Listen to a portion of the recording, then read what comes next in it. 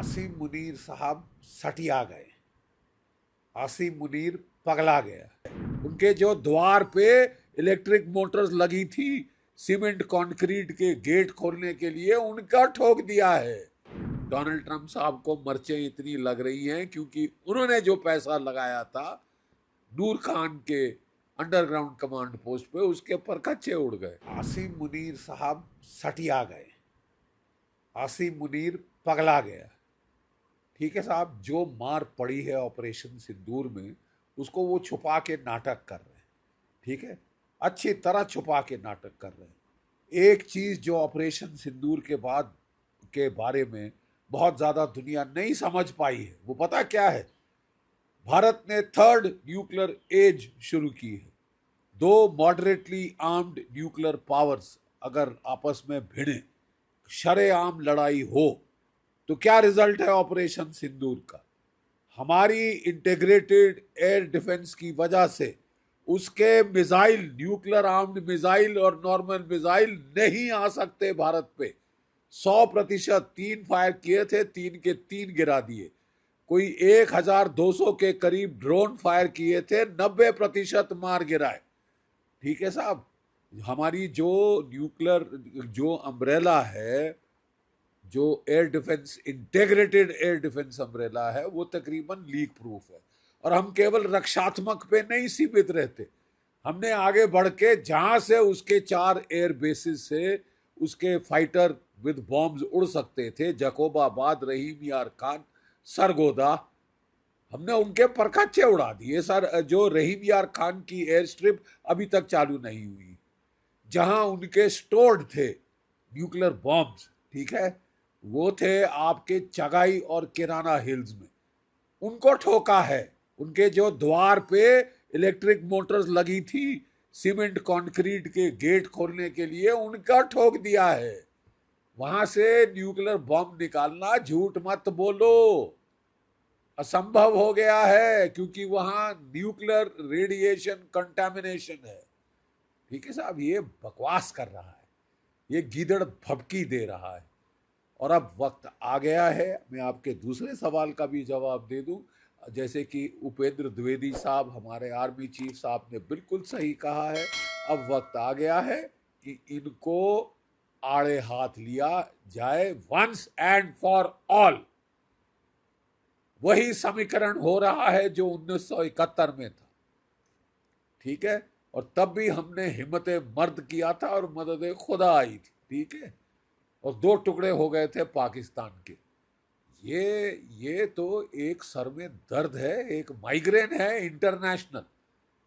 इसको अब खत्म खलास करना होगा। ठीक है साहब, अब टाइम आ गया है कि जो हमारा लिमिटेड वॉर की तरफ आउटलुक है, उसमें केवल 2 रिस्ट्रिक्शन रह जानी चाहिए कि न्यूक्लियर वॉर, न्यूक्लियर वेपन, हम हथियार इस्तेमाल नहीं होने देंगे और हम पूरा लड़ेंगे, पुरजोर लड़ेंगे। लिमिटेड वॉर जो होगी will be limited only in time and non use of nuclear weapons. ठीक है साहब, ये वक्त आ गया है। आसिम मुनीर अपने सर पे बुला रहे हैं। जब सियार की मौत आती है तो वो शहर की तरफ भागता है, ये समझता है इसको जैसे कि पाकिस्तान ने सोचा था 1971 में इसको अमेरिका बचा लेगा, चीन बचा लेगा। ना अमेरिका बचा पाया, ना चीन। ठीक है साहब, ना अमेरिका बचा पाया, ना चीन। ये आदमी, ये शख्स अपनी पर्सनल एम्बिशन के लिए, ये इसने फील्ड मार्शल बनने के लिए, जो एयरफोर्स का चीफ था पाकिस्तान का, इससे सीनियर था, उस पर सीनियरिटी पाने के लिए इसने दुम मरोड़ी है शहबाज शरीफ की कि बना दो मेरे को फील्ड मार्शल, क्योंकि साहब फील्ड मार्शल की रैंक में जाके मैं डोनाल्ड ट्रंप से मिल सकता हूं। डोनाल्ड ट्रंप ने शहबाज शरीफ को नहीं बुलाया, इसको बुलाया है। कैसी सरकार है ये साहब कि जिसका जो मुलाजिम है उसको बुलाता है पाकिस्तान का फील्ड मार्शल को बुलाता है डोनाल्ड ट्रंप, उनके प्रधानमंत्री को नहीं बुलाता, उनके प्रेसिडेंट को नहीं बुलाता, क्योंकि वो मुखौटे हैं। इसने साबित किया है, इसने बेइज्जती की है अपनी सरकार की।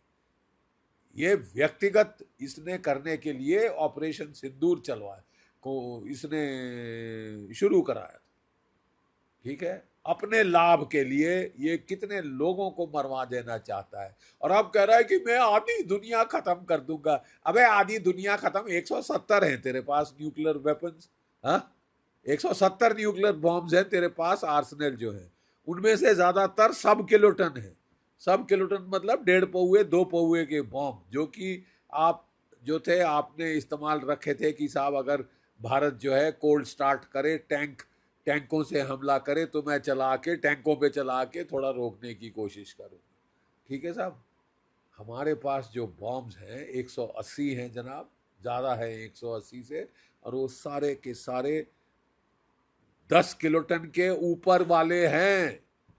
50 किलोटन और उससे ज़्यादा के भी बॉम्ब्स हमारे पास है। अगर न्यूक्लियर युद्ध हुआ, एक चीज गिठान बांध ले मुल्ला मुनीर, एक चीज गिठान बांध ले, पाकिस्तान नहीं बचेगा। अगले 700 साल वहां पे अनाज नहीं उगेगा। 1/5 है भारत के साइज का। अपना पूरा न्यूक्लियर आर्सेनल भी फायर कर दे, तू कुछ नहीं कर सकता हिंदुस्तान का। ठीक है, हम अपना पूरा न्यूक्लियर आर्सेनल तेरे पे फायर कर दे, तेरे तो परखच्चे उड़ जाएंगे और हमें न्यूक्लियर आर्सेनल की जरूरत नहीं पड़ेगी। हमारे ब्रह्मोस काफी हैं तेरे लिए।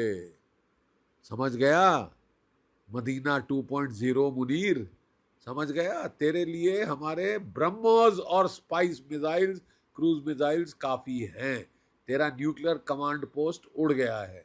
डोनाल्ड ट्रंप साहब को मर्चें इतनी लग रही हैं क्योंकि उन्होंने जो पैसा लगाया था नूर खान के अंडरग्राउंड कमांड पोस्ट पे, उसके पर कच्चे उड़ गए।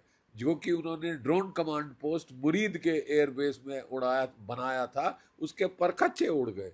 इनके जो कोई 8 से ज्यादा तो F-16 फाइटर जमीन पे ध्वस्त हो गए।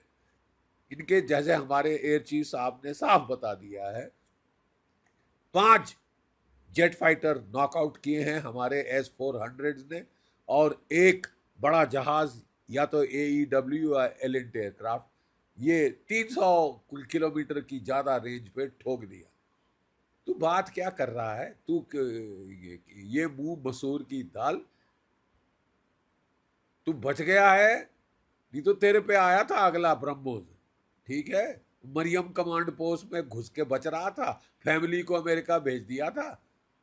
तू अमेरिका में घर बनवा ले, वहीं पे रह, वही, वो भी तेरे लिए शायद सेफ नहीं होगा। आसिम मुनीर, मुल्ला मुनीर, ये इंसान ने, अब जो इंसान ने अपनी व्यक्तिगत प्रमोशन के लिए लोगों को मरवाने के लिए ये आतुर हो गया है, ये दुनिया में न्यूक्लियर वॉर चलाना चाहता है, तो साहब आप जो है, आपको तुम्हारी इच्छा पूर्ण होगी, लेकिन इसको अब जो है ऐसे डेंजरस न्यूक्लियर टेररिस्ट को खत्म करना अब बहुत जरूरी है।